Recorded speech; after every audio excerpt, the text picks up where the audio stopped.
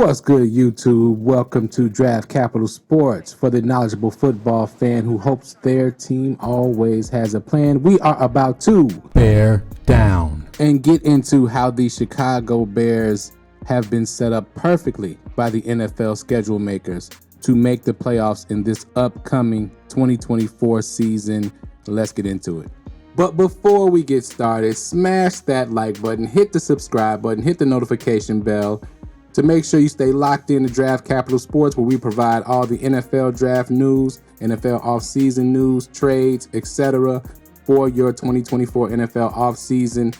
Now let's get back to the video. Now we still have a ways to go before we start the NFL season, as we haven't even started the official minicamp for the whole team. So there's going to be some changes to the roster and some improvements to the roster. But as it stands right now, and looking at the way the schedule fell for the Bears should be, I expect them to make the playoffs this season. I didn't have a whole bunch of faith just because of the youth of the team and the lack of depth at the quarterback position and the offensive line. However, I think that this is probably the best schedule the Bears could have ever hoped for as far as the order of teams and how they play them and where they play them in this upcoming season. So we're going to get right into it. Let's not delay any further. Week 1, the Tennessee Titans. Even though it's going to be, that should be a W, no problem. I'm sorry, I'm taking Caleb Williams over Will Levis. I'm taking the Bears offense over that Tennessee Titans defense. I think that should be a pretty good matchup for the Chicago Bears and their young quarterback in Caleb Williams.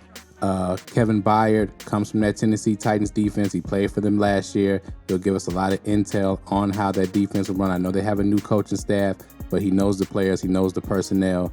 That should help the Bears have a great game plan to get that first W of the season. Now in week 2, going against the Houston Texans on Sunday night, that's going to be a tough one, and it's probably going to be a loss. Let's just be honest. We're going into Houston. It's going to be hyped. They're going to be hyping up Caleb Williams versus CJ Stroud. There's going to be a lot of pressure on the young quarterback, on the Bears as a team as a whole. We know the Houston Texans are a extremely ascending team. They're extremely talented, so we'll probably take a loss in that one. But let's go to week 3, the Indianapolis Colts. Anthony Richardson at quarterback. I'm sorry, the Bears should be able to get after Richardson. This should also be an easy win, even though we're going to be at the Colts in Indianapolis. That's kind of going to be a home game because it's so close. You know, the Bears, we pack it out whenever we play in Indianapolis. So I think that's going to be a win as well. Week 4, Los Angeles Rams. It's a W. I mean, the Rams are a rebuilding team. Matt Stafford at quarterback. Who knows if he'll be able to hold up. I think the Bears will be able to pressure him all game long and get a W there. Carolina Panthers, definitely a rebuilding team. They could be a sneaky team. Now, the Bears can't take them lightly, but at the same time, that should be another W. Week 6, Jacksonville Jaguars. I don't believe in Trevor Lawrence, so going into the bye, the Bears should have a 5-1 record. That's how I see it going into the bye. Like I said, this schedule sets up perfectly for the Bears to get off to a great start and be able to win as they go through the bumps and bruises of having a young quarterback and having a young team and getting everybody, all the new pieces, to gel together, especially on that offense. Now, coming out of the bye, we got the Washington Commanders, rookie quarterback, number 1 pick versus number 2 pick. The Bears have a better team than the Commanders. The Commanders have even more new pieces than the Bears have, trying to gel together. Yes, we're going to be up there at Washington, but I still think that the Bears will clear the Commanders pretty easily. They've cleared them the last 2 seasons, so I think this will be no different. The Arizona Cardinals at Arizona again. Now, this is a team that the Bears took care of last year, but last year they were here.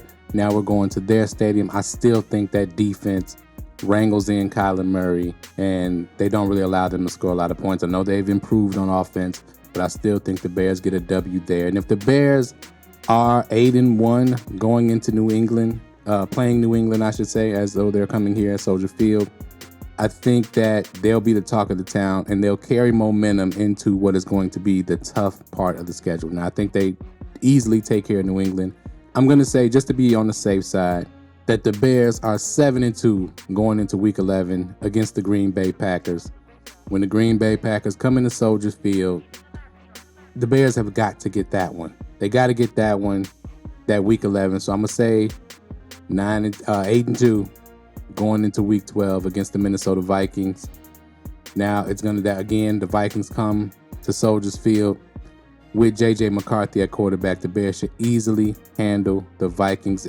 Chicago will be going crazy going into week 13. Now going up to the Lions. This is where you probably see a little bit of a dip here. I have them losing against the Lions. I have them losing at San Francisco. Again, I think we take care of business at Minnesota. Now, when the Lions come in at week 16, they probably drop a game to the Lions again because the Lions are just a better team, and we'll probably be fighting with them for the division lead. Seattle Seahawks, they take care of business. And in Green Bay, week 18, the Bears are resting players for the playoffs, so the Packers take that one. So I see the Bears finishing with a 12-5 record. Now, at a minimum, 10-7, excuse me. And I could see 11-6. I could see 14-3. I really can. That's stretching it a bit. But hey, what is the off season for? If you're not going to dream big or go home. But I definitely see a minimum 10-7. 10-7. If they go below 10-7, that would be a disappointment to me with the way that the schedule lined up. Something went horribly wrong if they go below 10-7. Not because they're the greatest team in the world, but honestly, the defense is already pretty much top notch.